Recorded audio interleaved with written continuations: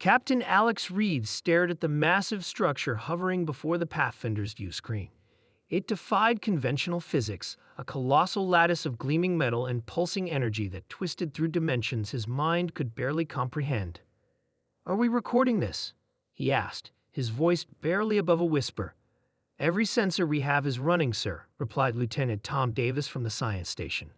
"But half our equipment can't even interpret what it's seeing." 3 Earth ships, the Pathfinder, the Horizon, and the Ventura, had been dispatched to investigate anomalous readings of the edge of explored space. What they found was beyond anything humanity had encountered in its 2 centuries of interstellar exploration. The structure was artificial, yet it showed no signs of conventional construction. It seemed to phase in and out of reality, as if it existed partially in another dimension. "Captain," called Communications Officer Lisa Park, "I'm detecting something. Not radio waves, not any transmission format I've ever seen.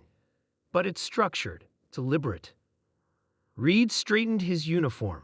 "Can we respond?" "I can try to mimic the pattern, but..." Before she could finish, the space around them shifted. The stars blurred, and for a brief, terrifying moment, the crew felt as if they were simultaneously everywhere and nowhere. When reality reasserted itself, the 3 Earth vessels were surrounded by ships, if they could be called that. They were organic in appearance, curves and spirals that glowed with inner light, yet moved with obvious purpose and coordination. "Defensive posture," Reed ordered, though he knew their weapons would be useless against technology this advanced. "But do not, under any circumstances, power up targeting systems." On the horizon, Commander Jack Wilson was reaching the same conclusion. "They could have destroyed us instantly if that was their intention," he said to his bridge crew. "The fact that we're still here means they want something else." The alien vessels arranged themselves in a pattern around the human ships, and then, impossibility upon impossibility, a section of empty space rippled and parted like a curtain, revealing what appeared to be an entrance to somewhere else. "It's a gateway," whispered Dr. Maya Bell, the Ventura's xenobiologist. "They're inviting us in." After tense deliberations between the 3 captains, they agreed.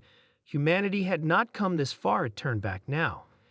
The Earth ships cautiously entered the gateway and emerged into a vast enclosed space that seemed both artificial and alive.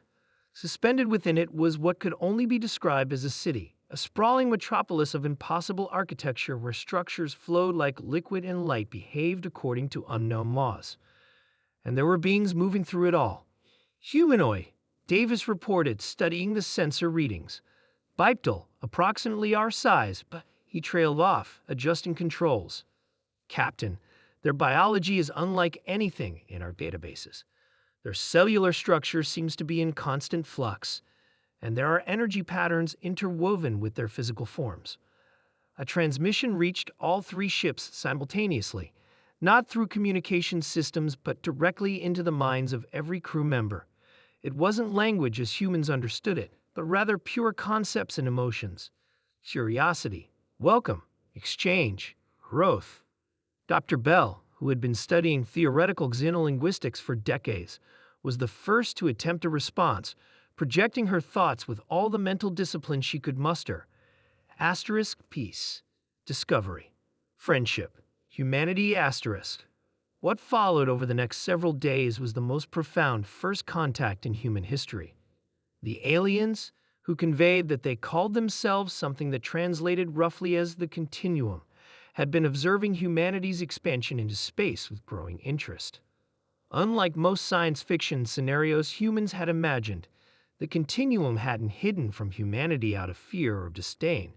They had simply been waiting for humans to reach a certain technological threshold before making contact.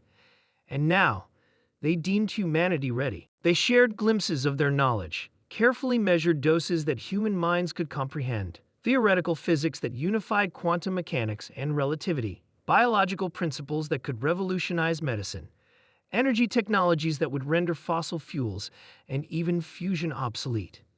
"They're not giving us technology," Reed observed during a meeting of the 3 command staffs.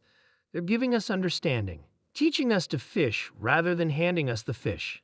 "Smart," Wilson replied. They just gave us their tech. We'd use it without comprehending it. This way, we advance naturally, but with a nudge in the right direction.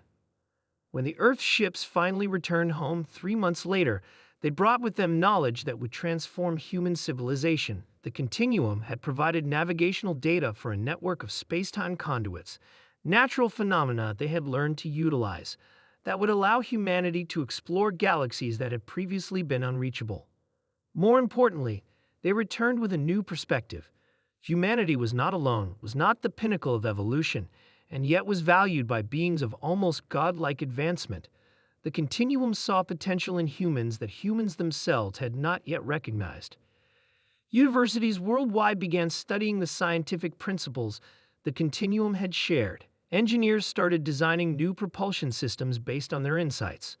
Medical researchers explored revolutionary approaches to healing. And in orbit around Earth, construction began on a new generation of ships, vessels designed to more efficiently navigate the cosmos using principles learned from the Continuum. Captain Reed, now promoted to admiral and overseeing the initiative, stood at the viewport of Earth Orbital Station 1, watching as the framework of the first ship took shape. "We were lucky, said Dr. Bell, who had joined him. They could have seen us as a threat, or beneath notice." Reed nodded. Instead, they saw partners. Different from them, yes, but worthy of respect. A new era for humanity, Bell mused, gazing at the starfield beyond the construction site. Not just for humanity, Reed corrected her, for all of us across the stars. We've been given a chance to be part of something greater than ourselves. And as the first of Earth's new ships neared completion, humanity prepared to take its place among the cosmic community, no longer alone in the universe, but connected to wonders beyond imagination.